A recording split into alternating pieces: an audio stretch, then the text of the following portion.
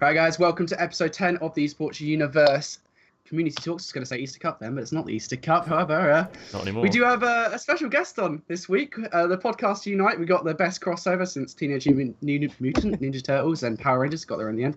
Of course, it's going to be myself and George this week, joined by Assassin. It was supposed to be Assassin and Quinn, but unfortunately Quinn can't find anything. So he is not going to be joining us. It is just going to be Assassin. But what a wonderful day, the three of us on a podcast together. People have been wanting it for ages. Yeah. If not for O_Reese, their next biggest thing was all the casters on one big podcast together. And here we are. Happy days. You know, I mean, if not for that B10 podcast, we'd all still be believing that there was mad beef between us. I watched that. I did not watch that. I got for a good reason. fat gas on that podcast. I heard multiple different things about the podcast. I tried to steer well clear of it. Yeah, exactly. I spoke to different people about it. They were like, "Did you see what they put about you on that podcast?" Yeah, no, I heard. I didn't see it, but I heard. There was a picture of you standing next to Jihadi John. Yeah, In your little splice hoodie. Just. I think the other one was. How much effort was that? It was really low effort. I think one was like Hillsborough, the whole event of that. Hillsborough. And you were in the crowd. Really? Yeah, that hit me, and I was like, "Well, that's Jesus Christ." You were in the crowd at Hillsborough, and it's like, Right. "Wait, where's Brody?" And I was like, "Oh no." It's a P10 podcast when they go too far. I think that was a bit too far. That whole thing was a bit too far. Yeah, well, it happens, but oh well. We're here now in a much better and more organised podcast. For the most part, we don't actually have a topic for this week. We actually just said to Esports Universe, we were just like, let's just have a chill session. The first ever one where we're all in a podcast together. I'm sure it'll be an eventuality where me and George join that other podcast for a week or whatever. I'll say that other podcast because you can't. Is it a Taylor Swift concert? No, it's Demi Lovato. The next best thing. She's next month. She's next month. Oh, Dan's got like a monthly calendar of girls that he's going to go see. Not touch, not talk to. Just view see. from a very long distance away. For about 50 feet. Not do anything too dangerous. Oh, no topic tonight. No topic tonight, which is a bit of a change. So we're going to be having a little chill session, talking about multiple things. I think I'll probably jump straight into the topic that I wanted to talk about most, which is Black Ops 4. It's a topic that Esports Universe were pretty much pushing me and George to talk about last week on an emergency podcast. We never got around to doing it. So what do we think? I think that's probably the first thing. I presume we all had a watch, whether it be live or afterwards. I watched it afterwards, so I was not there. Everything but zombies. Everything but zombies. Is that what you watched? No, like everything, multiplayer, the whole storyline behind it, just to get a feel. Because the pictures beforehand, there was this kind of rumor floating around that it was really linked with like a younger BO3, like the characters were exactly the same, and the fact that they took some from BO3 and added new ones as well. Oh, that's so cool. Yeah, I can't remember the new ones. Crash, I think Crash is one of the new ones. Yeah. Which might be the area denial one. I'm not fully sure. Or was that the medic one? I think Crash might be the medic one. George has no clue. George is like, essentially, just imagine Overwatch as Call of Duty, and that's Call of Duty Black Ops 4. Right, okay. Which is quite exciting. With the addition of like budget Fortnite in first person. And that's basically... It's just premium, isn't it? I don't know if you've seen that PewDiePie video about Fortnite, which is like, it's the rip-off of the rip-off of the rip-off of the rip-off of the rip-off, which is like all of the original H1 like Battle Royale games. It's just quality. Loving old Fortnite. These days, only played it like twice. Don't even uninstalled it. Yeah, I did try it. I bought the Battle Pass Season 4. Actually. Yeah, I bought the Battle Pass last season. I just wanted to try it. Because I really love the Thanos, big Marvel fan, so I really love like the Thanos limited time game mode, and it was so fun. But since I haven't really touched it, I haven't really felt the need to. Most ambitious crossover since Infinity War, allegedly. Some people say. Yeah. We've just outdone that now, though. No, we've just outdone that now. Yeah, we've just done this now. Yeah. Yeah, there's no competing here, but yeah, Fortnite's a hell of a game, I guess. Don't really know that one. I see the appeal. To be fair, I'm not gonna lie. I just at the same time though. What I don't get, which is one thing I've never understood about Battle Royale games, and which is why I don't understand why they're putting Battle Royale into Call of Duty, is for me, it just has so little replayability. Like, I get that there's a big map, you can explore it, whatever, you can go over it and do your Battle Royales, but after you've won it once, like, I won one Battle Royale when I played Fortnite, I was just like, I'm kind of done with this now. Like, I've kind of just beaten it, and even with COD sometimes, I suppose, but when it comes to competitive, then I suppose that's where the fun is. But I don't, in competitive battle royale games, I just don't think work as such. Like PUBG and H1 for competitive is really hard to follow. I don't know if you've watched it; it's pretty difficult.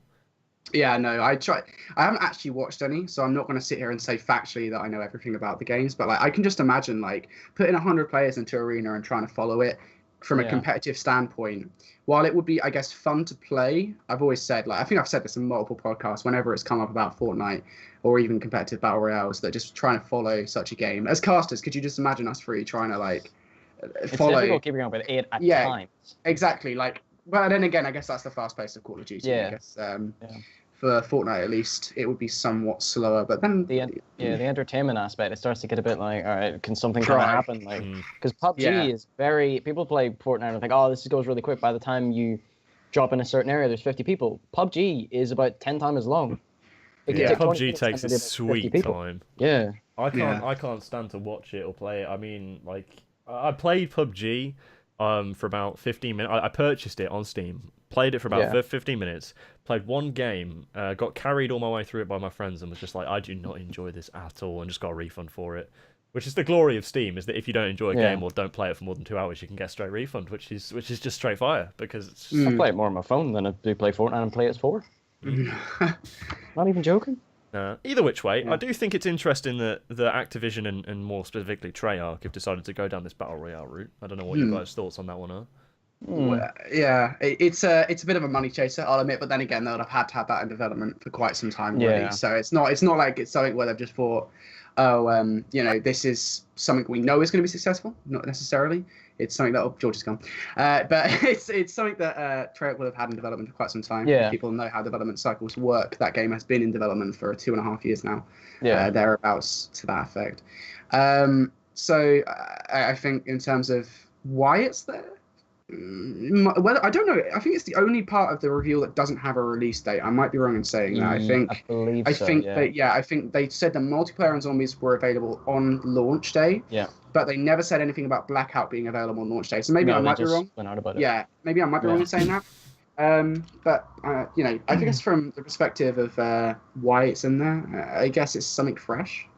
Fresh to the extent for Call of Duty, at least. Not the idea. The idea is far from fresh as possible. I think we'll soon see Battle Royale fatigue further and faster than superhero fatigue, as anyone ever knows what that is. I mean, I feel like if anyone was ever going to do Battle Royale, it was only ever going to be Treyarch or Infinity Ward. Nobody else could really touch it, because you need to get that sort of element of Battle Royale. Game.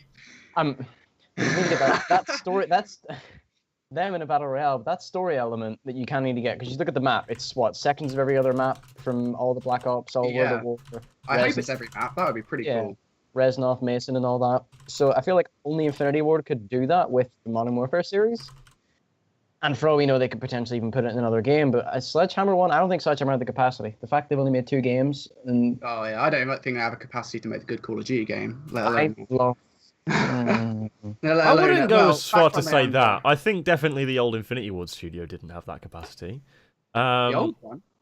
The old, because what happened? Okay, I say old, but I don't know if you guys are aware of this. Infinity Ward. I know. They got a load of their employees back from Respawn. Left them with. Okay. I thought you were referring to like the original. Like, no, the original one's straight fire, but the ones who left after that Respawn shift, after half of them shift towards Respawn. Yeah. What they crank out? They cranked out potentially at the time 2 of the worst Call of Duties. Looking back on it now, Ghost was actually premium in comparison. To the price shit we had for Infinite Warfare. So. Yeah, I think it's more the community with Ghost though. Like when we look back at Ghosts and we think like, oh, it's a shit game. Like, but then we actually think that time with Ghosts coming off the back of Black Ops 2. I mean, I don't think the community has ever been more active in terms of viewership and actual tournaments, like not the prize pool, but actual like what we do as the big one thing I do have to say about Ghost though as a game, in terms of looking back at it retroactively from Infinity Ward, is the fact that that bomb glitch that was on Ghosts where sometimes you just couldn't plant or defuse the bomb. It never got fixed, did it? Never got fixed before the end of the game. Developer interaction was shit, to be quite frank. In typical Infinity Ward. But then again, I guess it's exactly like it is now, to be fair. Like if there's a problem, they just ban it. I don't know if you remember, but I think it's the Bison. The Bison got banned immediately, and the burst gun. I don't know if that's what it's called. well, no, whatever it was back then. Yes. The What was it? The HMR, No, I think it's the in Ghost. BSBS or some shit like that. I don't know. Like it was basically this gun, and it was meant to be on the level of the M8A1, and people banned it immediately because people were using it. But like, I don't know. Imagine if we banned the M8 in Black Ops 2. What a sad time. Honestly, I think if the competitive community of now, the pro players existed during the MSBS, thank you, Hector. If the competitive community now, the pro players existed in Black Ops 2, the M8, the MSMC would have all been banned. The Scorpion would not have been the Scorpion would have been out the door immediately. Yeah, that EMPs would be gone. Well, EMPs eventually did get banned. What happened towards the end of Black Ops 2 is sentry guns got banned, which was... EMPs got banned. Yeah, it did. Sentry guns got banned. EMPs got banned towards the end of the game. Yeah. Hunter-killer drones got banned. No, Hunter-killers were right at the start. They were in for at least 4 or 5 months. They were in for UMC Chicago. They were in until COD Champs, I believe, and then the next event after COD Champs, I think it was MLG Anaheim. They got moved. So yeah, it was MLG Anaheim because the Complexity won straight after Impact won Champs. I think Hunter Killers got removed. I think, and then it was Gfinity 2 where all the stuff like Sentries got banned. It was the first event that banned Sentries, which was banned big as well. Hardwired was. I don't know if that was banned.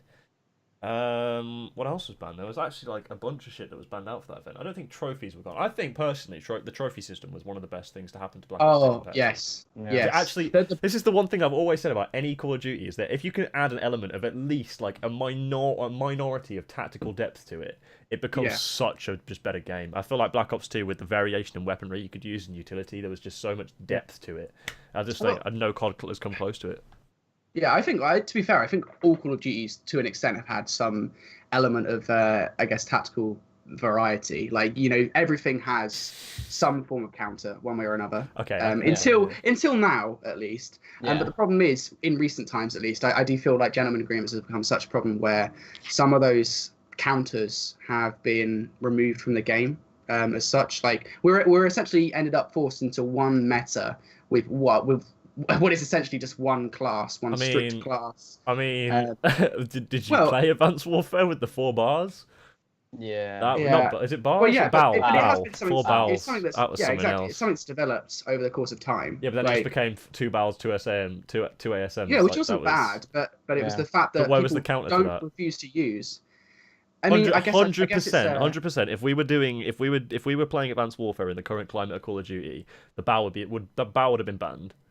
And then the only contest was the IMR, and then what happened to the IMR? And the IMR would have got banned. Then people would have used the HBR. The IMR did get banned in general. Yeah, the IMR did get banned. Yeah. It was GA, and there's just like so many problems. I think it's because people don't want to try stuff out. I think when people do try stuff out, like Nade shot with the HBR, which is such a fucking meme. If anyone still remembers that back the other day. That so funny. Such a good time. When people do like try stuff out, they get vilified for it, and it's such a problem. I think there is just such a set meta now with pro players. I think it's such a weird concept, right? Because on paper, pro players have literally no control over the game whatsoever. They have some input, right? But at the end of the day, developers and an MLG and CWL, they make the decision what's going to banned. Yeah, just advisory. But we've got to the point now where players don't listen to that rule set. They have their own rule set in their mind. Like the Itra's gone. That was a gun that was in the game for what, like a month? Not even that. I don't know. I saw it for about 2 weeks. I think it was put in. I think it was put in like a month before Seattle, and then it was actually added to comp pre-Seattle, and then allowed the Monday Seattle finished. Like that's when it was actually allowed. And it's such. I think it's such a ridiculous thing. The fact that we've had a gun in the game. They put a brand new gun in the game that was. I believe it was free to competitive, like on private match or whatever. I'm not fully sure. I mean, obviously it was used. It was meant for a variation competitive play. And the gun is banned straight away because people don't like variation. That's it. Para PK in the chat has just also corrected our point on sentry guns. What was also banned with sentry guns, which I couldn't remember, was actually the Remington shotgun and all that sort of stuff. Yeah, and was the shield, the right shield? The right shield was always banned. Right shield was always banned. Well, it wasn't a champ because Deloshi used it. I don't know if you remember that. That mess of the Asians came over from champs. Oh boy, Deloshi. Slums Hardpoint. Deloshi. That was fucking hilarious. What a guy. What a guy. Are we gonna? I'll just read some chat stuff for now. We're keeping this one nice and short. It's the 10th episode, so it's a bit of a celebration of getting through. Question from Ashton. What was the second question from Ashton? Well, Team Salah or Madrid. Yeah.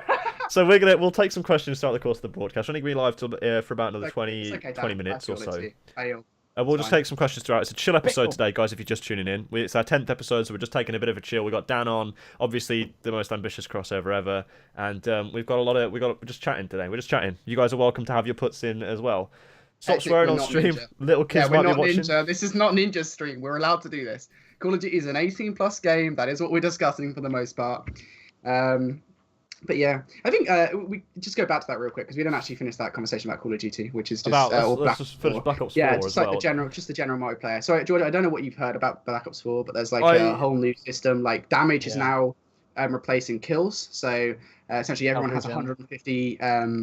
So there's like some major. So is it as everyone's got HP now? So everyone has 150 HP, and the amount of your kills that you get in a game is now replaced with the damage you do to a player. So while you do get kills and they amount to your score streak, I believe, you can share kills with someone. For example, if you get like 75 damage to another player and then someone else does the same thing, you get that kill. Right. And then another thing, I guess, is the health regen, which is Dan just mentioned. So health regen, which I actually like. I'm not going to lie. Yeah, they got rid of health regen. Well, so health regeneration's gone. It is gone, 100%. But you regenerate your health by yourself now by stimulating. I think it's called stim. It's basically stim. Essentially. Just stab. You stab yourself. You have to stop and stim yourself essentially to regenerate your health, which is quite a. Yeah, it's not instant actually. I do think they probably need to because I think it's really fast for how long it is. I think you literally stab yourself for like a second and then move on. I think it really needs to be longer, like a 3-second regen.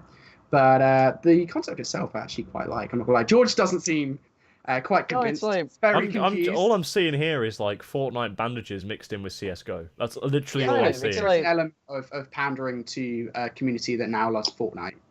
But we don't know how recent those gameplay changes have been. But Dan, what were you saying? I do love the tactical aspect of it because obviously COD, you can just maybe you get shot in the back, you can sprint around a corner, sit there and just regen. This time you actually stop. You can be challenged. The person in the opposite team has to either challenge you, sit back. They have to take a choice. You have a tactical choice of do you sprint at your next gunfight or do you stop and regen? How much of a risk do you take as an aggressive sub or an aggressive AR, whatever it's going to be? So. It's going to slow down gameplay a lot. I do love it. That's positive. Yeah, I think that's a massive positive because Call of Duty is way too fast at the moment. Well, I'll be straight up honest with you. Go on, Josh. Here's the thing from my point of view, right? So my point of view. Slate Treyarch's work for the past 3 years. Yeah, I love Treyarch's work. I love Treyarch's work, but this idea for me is just like. Okay, we really ruined Call of Duty when we decided to change everything about it by putting jetpacks in. Movement system is the one thing we thought, oh yeah, we can change the movement system. That'll be cool. Everyone fucking hated it. And then we come into we need revolution. We need something to change in Call of Duty. Something big, something funky to happen. And then they give us this. I mean, how many fundamental game mechanics are you going to change before you can just realise that if you just replicate Black Ops 2 for the next 6 years, you will make more money than anyone else ever imagined, and you'll have a flourishing esport? Like, how long is it going to take you to realise that you just need to keep it simple and just have a very consistent and well-maintained game? It's not about the quality of the graphics, it's about the quality of the gameplay. Yeah, I see that. I do agree, actually. I think Black Ops 2, when you look at it, is the perfect archetype of what you want Call of Duty to be, right? There is a reason that it was perfect.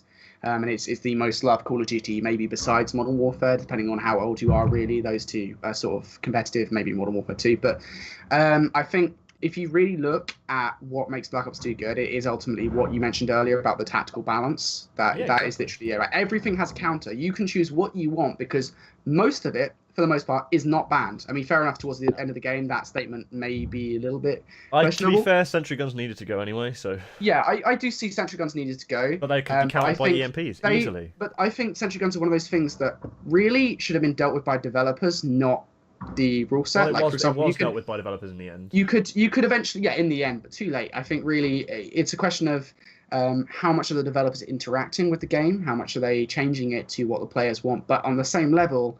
Don't change it too much because at the moment we're in a phase where the pro players have too much control, and that's going to really fuck Black Ops 4. Which I think, honestly, if Black Ops 4 just does a perfect mix of what Black Ops 3 did right and Black Ops 2 did right, be a really good and fun season. Like, imagine like our season next year will be so awesome for us because we have so much fun casting anyway. Even on World War II, which is a fucking god awful game. I don't mind it as such. I think George, when was the last time you played? I don't play it, right? Don't get me wrong. I don't play exactly. I don't play it. I don't like Call of Duty as to play it myself. I love to watch it and I love to cast it, right? Yeah, but for me, as a spectator, I don't think World War II is in any way that bad. I cannot believe like how much I hated watching Infinite Warfare. I couldn't stand it. Like, I didn't care how good the broadcast talent was, how good the game was. I just couldn't watch it because the bloody gameplay gave my eyes AIDS, and it was just painful at that point. Like, but I can watch World War II. I can tolerate that. I don't think it's that bad of a game. Yeah, you just can't play it. No, I just can't play it. Partly because my controller's broken. So I can do all three. I bang on every. It's just, and what you were saying about Brody, about Black Ops 4. What they've done with the game, obviously, they've made it sort of replicated the pace of BO3. You said about getting the perfect balance in BO2 and BO3. They've got the pace of BO3, the specialists that were so widely loved. I think, well, in comparison to it depends. Yeah, I actually think specialists are great development in Black Ops 3. Yeah, compared to the IW's system, it's much better. And then, what do they take from Black Ops 2? What they need to get that side. I think the BO3 side is set. The health regen, they're adding new things. They're taking the BO3, but they need to get that BO2 side. If that doesn't work, then it'll still be a raised questions over the game. I just don't understand why you wouldn't just like release a Black Ops collection. Like, it would just be so perfect. Imagine, I don't know. And World at War as well. Go on. As an esports type, if you think about it from an esports point of view, right? What I don't understand is why don't they just create an esports any time? I know it's like not money making, whatever, but if we lobbied enough, we could probably get it. Or even we could have just played Black Ops 2 for the last 5 years and just had meta changes in that. Treyarch could have just set up like a little 6 or 7 man teams, just make little meta changes, change a few maps like Valve do, where they take a map out of the map pool, completely rework it and put it back in. It's still familiar, but it's still new. And then you just learn different stuff on that. Like, I would happily play Raid Hardpoint for the rest of my fucking life. Like, that was so much fun. I cannot even begin to describe it to you. Like, I loved Raid Hardpoint and all that bits, but this is what I'm saying. Like, you were saying about getting that or capturing that Black Ops 2 tactical depth, yeah? So, do you think that part of that Black Ops 2 tactical depth comes from the maps or the actual bands or like the perks and weapons and attachments themselves? Because, like, for example, what you used to be able to do, like, this was like off meta, but still meta. Pick 10 helped. Pick 10 helped. Pick 10 helped massively. But off meta things. If you were looking off meta, you could have done like XPR or SVU thermal through mid on Raid S&D with a smoke down. Fizz-up strap. Yeah, right? exactly. Yeah. With a smoke down. With a smoke down. But that's what's called off meta. But because the map has that 3-lane attack and the bomb sites are split with the run through in the middle, like there's obviously different lines of sights. But that's basically how all the maps for Black Ops 3 were structured. 3-lane. Yeah. And I see different developers now trying to do 3-lane maps. Like, what was the map on Infinite Warfare, which was like really colourful and in like a big barn and all that. Wait, shit. Sorry, 1 second. Did you just say a map on Infinite Warfare that was really colourful? Are you sure that map? No, it was the one with the big red barn and all that crap and the lemon. What was it called?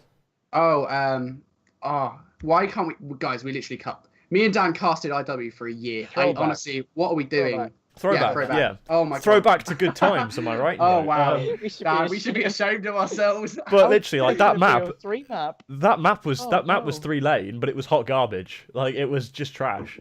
It was 3-lane, but still trash. Well, the problem is when you try to, I guess, put 3-lane maps in with jetpacks, I think that's the problem. I think that jetpacks make the game way too fast paced for the pace that 3-lane maps need to work.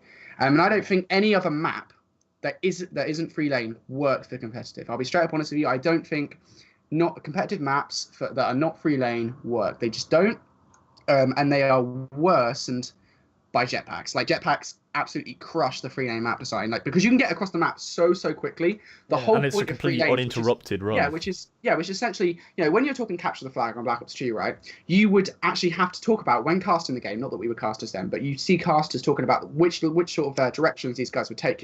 Would they have to run through a window to get to another lane, right? Because they're going to have to dodge players that are running from behind them, players that could potentially trying to cut them off mid, and that sort of thing, right? When you're talking about the depth of the game, is something that is just not there in jetpack games with 3-lane maps. You're essentially just talking about how quickly you can get across the map at that point. And it really is a blessing when you talk about the potential for free lane map design and boots on the ground, because then you actually have fun, fairly fast-paced competitive gameplay, and it really is that element that I think, at least, I could be completely wrong here, because obviously I don't really play the game that much anymore. Like, I don't enjoy. I mean, you guys know already. I played Call of Duty World War II earlier today. I thought the MP40 was a sick gun. From 2 hours of play, it was Murph 2 months ago. Yeah, exactly. Like it's one of those things that, if I'm honest, I just think I maybe I don't play the game enough to have a valid opinion on it per se. But like, I don't know. I think there is an element missing from jetpacks and map design. All right, I'm going to move us on real quick because we're running out of time. But one thing I did want to touch on, obviously, we'll just get our mandatory Esports Universe plugs in here. So we'll obviously, this time around, I don't know if you guys are aware, if you guys have seen anything, we'll leak the intel now if it hasn't already been announced. But the Esports Universe Summer Cup is going to be a thing. It's going to be happening in June. There's 3 qualifiers going on for it, and Mr. Danielson here is going to be joining us for that one. It's going to be an absolute pleasure to have him on board along with Quinn, providing Quinn can actually find some earphones. So it'll be a pleasure to have those guys aboard to do the Summer Cup. It would also certainly take a weight off of mine and Brody's shoulders, especially as regards to we're doing stats and all this other sort of stuff again. So we're going to be brilliant. We're going to go for the big haul on that one. Yeah. But we wanted to. Well, I just thought we'd mention that one out, and I hope ESPU don't mind. But as it's going to be the same scene that we're going to be looking into, we've got about five minutes coming back on for right now, just to talk about upcoming things in this weekend. We'll talk about Val just briefly. I mean, we've discussed Black Ops 4. We've touched on the Esports Universe Summer Cup. What we'll do after we've done the Summer Cup, after we've done the Val playoffs and all that stuff's over, we'll probably have Dan and Quinn back on for another podcast, and we can then fully do all of our Esports Universe Summer Cup predictions or discuss that kind of thing. Because I think this Val playoff is going to be a huge benchmark for us in terms of like where we can gauge where the community's at the moment. Because after this playoff, as far as I'm aware, Cryptic will no longer be competing as a roster.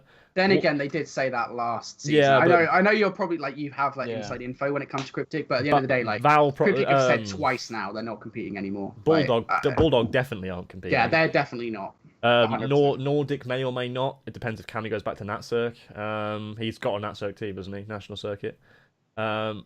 Either which way, you got to think about what top teams we're going to still have remaining. It really boils down to like what Radiant. So we're looking to try and gauge what talent we're going to have moving into Season 3 and even the Summer Cup. I know that Hallie is definitely playing the Summer Cup with Cryptic because we've invited them. They're an invited team. Yeah. So that's good. We've got those guys at least coming in for this. So Val predictions then, boys. LCQ is today. Me and Brody are going to be copping off to cast it in a little while. Yeah. Hit me with it. Who's going to be doing it? I'll let Dan go first. Dan, you can go first for this one. Go on then. Masterful prediction. Yeah. I'm not predicting anything. Smiling. He knows he doesn't want to get it wrong now. Literally just lob me on the spot. That is not fair. LCQ stuff, right? Let me bring up the bracket. I got it sent to me by Saul. I believe it's. Go on, Dan. Go on. Yeah, for a person who's actually not seen much of the LCQ, I'm actually quite sad I've not seen enough of the LCQ. Well, none of it's been streamed so far. Right, so I'll tell you the teams that are still remaining in the LCQ. So Exilium are still remaining. Exilium, Machine Soldiers, Brash, Equinox, Vortex, Alpha Alliance, OBN, and Peak. Those are the 8 teams we have remaining. Top 4 get into the playoff. Yeah, it's worth noting that definitely one of the Machine Soldiers and Exilium and one of Brash and Equinox are going to qualify no matter what. Yeah. Because they're the qualifying matches for. I see that being Exilium, no doubt. They're qualifying. Yeah, Machine Soldiers. I'd say Exilium and Brash. Machine, yeah, I'm surprised about Machine. They 3-1 OBN, didn't they? Yeah, OBN. Well, I'm not gonna lie, OBN has been struggling. They 3-0'd OBN. Yeah, exactly. Yeah. Well, it says 3-0 on the bracket. No, 3-0, 3-1. That's the thing. Yeah. I think for the LCQ though, I don't know. I honestly don't hold out much hope for OBN in this. I really don't. Like, they're a team which has recently, in this season at the very least, been in tatters. I mean, as much as Slayster and Twins have tried to hold it together, I just really think there's not a lot of hope left for it at this point. Yeah. Like they've really tried, and I've got to commend them for that. But they're playing against Peak. I don't really know who the Peak roster is at the moment. It's BarABC's team. That's yeah. That's like the 18+ players. So that's easily it's a difficult matchup for them at the very least to go through that one, even though they got first rounded in winners bracket Peak. But OBN are definitely going to be a formidable adversary there. But then OBN will likely go on to play Equinox. And if I'm correct, Equinox is like Rifle Wire, is it? Is that the 18+ guys there? Is it their youth team? I think Equinox is like some youth team. I'm not gonna lie. I think there's some youth team from like Division 5 or Division 6 that got in. Maybe Division Oh no, not Division 5. I forgot there was 8 open. It was either 7 or 8. I think Equinox were from. Either which way, I don't know about Machine Soldiers. I've not really known too much about them. As far as I'm aware, Alpha Alliance, by the way, have to play Vortex in the next round, which is going to be a hard slog because in Vortex like Villain, Jugs, I think it's those guys, and they're going up against which is I think the Alpha Alliance roster for at least this playoff is going to be Trix, Joey, Brownie, and I don't know, but they're playing with Hectic today. Right, yeah, I think they said Hectic Steak is him and Billy are picking up for Alpha Alliance. Oh, great. Which is going to be tough for Vortex, I think, really, when you've got 2 players of that caliber coming in. Tough. Well, let's not take it away either, but Joey and Trix are also pretty good players in their own right.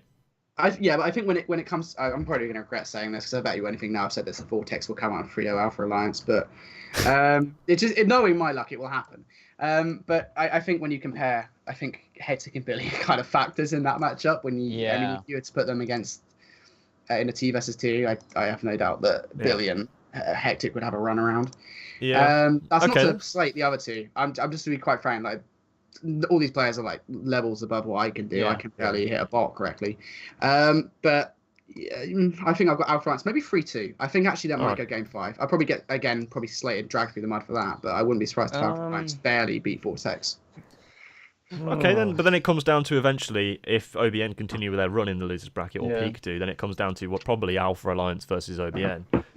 Which will be the qualification game anyway. They'll qualify by that point, but by the time they meet. Anyway, LCQ aside, we'll find out the results of that later. We've got a few minutes just to quickly brush off for the overall playoffs. Now, we'll just start by a bit of hype building. I'm mad gassed for this. Oh, yeah, we all are. I think we all are, to an extent. Like, we're all very happy. For me, at the very least, I want to break the viewer record. That's my only goal. Yes, 100%.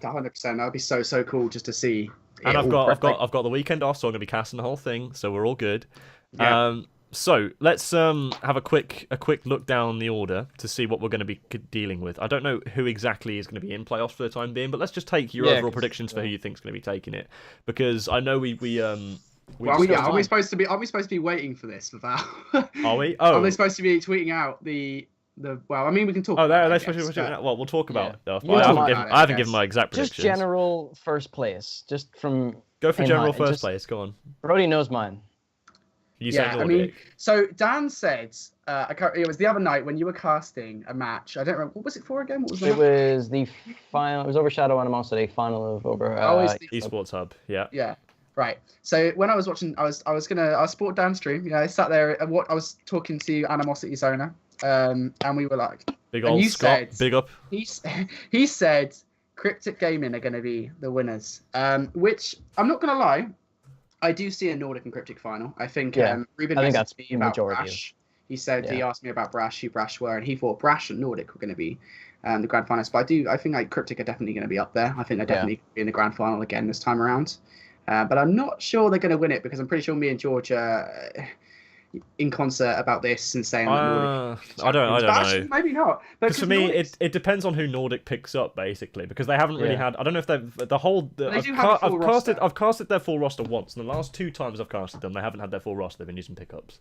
They had the last one last time. Nope. Who was it? In the £100 playoff, they were using Gizmo and Keza.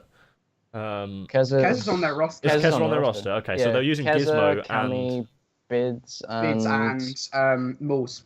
They were using more, so it was just Gizmo they were using, so Bids is going to be on there instead. So that in itself is a straight fire roster. Is it enough to beat Cryptic, who's going to be using Kali, Gizmo, Fusions, and who's their pickup? Johnny. Is it Johnny W? Yeah. It's Johnny. I think so. I'm not going to lie to you. I think as much as I love Alex and Joey, I feel like that's just going Nordic's way. It's definitely going to be those 2, 1-2 in whichever order though. But I don't put it past Halley. Like, he's clutch as hell. Like, we've shown that this guy can maintain composure all the time in any playoff. He gets to the finals repeatedly, and even when put under pressure, he'll perform, and the rest of the guys will as well. Like, I don't put it past them. They could take it. I think it'll be close. I agree. I agree. Close. I think so. I think up there, Cryptic definitely have a chance. They're the only team, despite the fact that Bulldog aren't really relevant anymore, which sounds quite bad to talk about. But Bulldog ultimately are just they don't have a team anymore. They're not in the tournament anymore. Kind of just separated. But when you talk about that Bulldog dynasty, right, we can definitely call it dynasty. There's no understatement of that. Bulldog still winning championships. Bulldog, yeah, exactly. Bulldog won, I think, 9 in the end, 8 or 9. I think it was 8 or 9 in the end, championships in a row. It wasn't in a row, sorry. But the ones they participated in, they won for the most part. Yeah. But the only team I know 100% to beat, I think there have been other ones where Bulldog just have not bothered at all playing the match. Yeah. But the only team I know to ever actually properly beaten Bulldog in a game was Cryptic Gaming. Well, they beat them in a winners bracket final and then went to a second best of 5 against them. Yeah, so I don't exactly. know how much you take so they're the only team to ever have beaten Bulldog in a series, right? Yeah. They didn't win the tournament.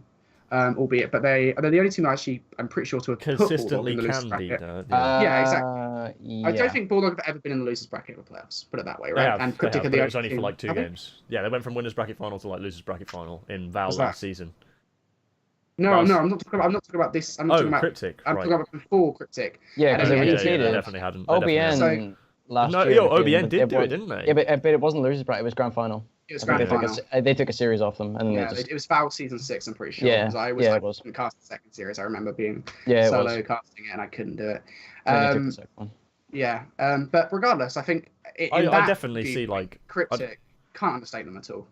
You definitely can't. They're well deserved for their position, and I think really it would be foolish to count them out by any means. But I do kind of think that Nordic here have the potential. I mean, really, when you look at that roster, it's completely stacked with players that one way or another, kind of, it would be stupid to see. Like, if you were to look at Mauls in this tournament, right? Just for example, to say this tournament alone, I'd say Mauls is a player that you're just like, well, there's no way the team with Mauls in it is not going to win. And then you look at Cammy, who's won. Keza, Cammy, Keza, Bids even, who I'd say is probably the most underrated player on that roster. I just think you look at that roster and you kind of, on the line. Yeah, exactly. Yeah. Daniel's neck is on the line. Why? But to be fair, I don't think it's an unfair prediction to say that Cryptic could do it. I think it would be a nice icing on the cake for them as well. Like their last proper big playoff in this scene at the very least, they win, which would be super nice for them. I got to admit, like that would be the fairy tale story for me. I'd celebrate the crap out of that. Their record would actually, I think, they've never fell below. I think it's 6th, second, all the way. Yeah, but to be fair, like I'm picking Cryptic, but to what I'm saying, you could arguably say that it's maybe got something missing because Cammy, you could argue, could have taken Val. It came down to that one gunfight, so you could say that maybe, or EG even, you could say it came down to that one gunfight. So you could argue Cammy are favorites, but I don't know. I just have a feeling. Yeah, I mean that's fair enough. I mean I don't think it's wrong to say either way, right? I definitely think, and it's also more I think favored towards. Exactly. And I think to an extent as well, we've got to talk about Brash. I think that's again what I mentioned earlier is that Ruben talked about Brash. Ultimately, they're a team that's coming through the LCQ, but at the end of the day, Brash are a roster that is really not to be underestimated. Hectic put in the chat their roster: Denza, Benjamin, or I think it's Benji. It might be Benji. It's Ariel and Nevo. That kind of roster, again, alongside Nordic, is definitely not one to be messed with, and I really would not be shocked if they came in and did some damage. Yep, I'd totally agree. Well, I mean, it's one of those ones. What we'll do then, we may do this on Dan's podcast afterwards. We might have a little post-Val breakdown, which we can look back on these amateurish predictions and laugh heartily at how. It happens all the time. Dan can definitely laugh about his prediction. It's where Cryptic win and Dan knows. This is where Cryptic win. This is where Cryptic win and Dan's sitting there just like. And we're just crying. What does Johnny just said? I don't know. Anyway, we're gonna hop off for now. We'll see you guys later in a bit, and we got to go cast Val now, and I've got to eat food in the meanwhile. So, thank you guys for watching. Thank you for Dan for coming on, and thank you for Quinn for at least having the thought to come on. Yeah, I love Quinn's predictions in this podcast, guys. They've been probably the most accurate we've had ever. I know. It's almost like it doesn't only get dropped as a host these days, but also gets dropped as a guest. You can't be wrong if you don't give predictions. Yeah. You can't be wrong if you're not in the podcast. Exactly. Exactly. Alrighty then, boys. We're going to hop off for now, and we'll be casting Val in a little while. But next week, we'll have another ESPU podcast, plus more information about the Summer Cup coming soon. Stuff like interviews and all these big things like stats and stuff that we're also going to have coming out. So keep an eye on the Esports Universe Twitter for that one. The Summer Cup will be coming. I think the first qualifier is June the 1st, if I'm not mistaken, and the last one is June the 20th. Yeah. So there's one in the middle there somewhere. It's up to you to figure out where that is. 10th, I think. Either which way. Wait, what? It's June 1st, June 20th, and June 24th. I'm pretty sure. Is it? Oh, okay, cool. And then the league starts on the 25th for 2 weeks. So there are your guys' dates. Make sure to sign yourself up for those. The first qualifier sign-up's already happening, and ESPU, are tweeting out every team who signs up. We've got to get all the publicity out there, boys. Anything you can do, it's going to be one of the best little leagues that we're going to be able to run. It's also got all of our input as well. They're very, very helpful in getting us in. So thank you to those guys for also allowing us to run the podcast. It's been a pleasure, and we'll see you next time. Bye-bye.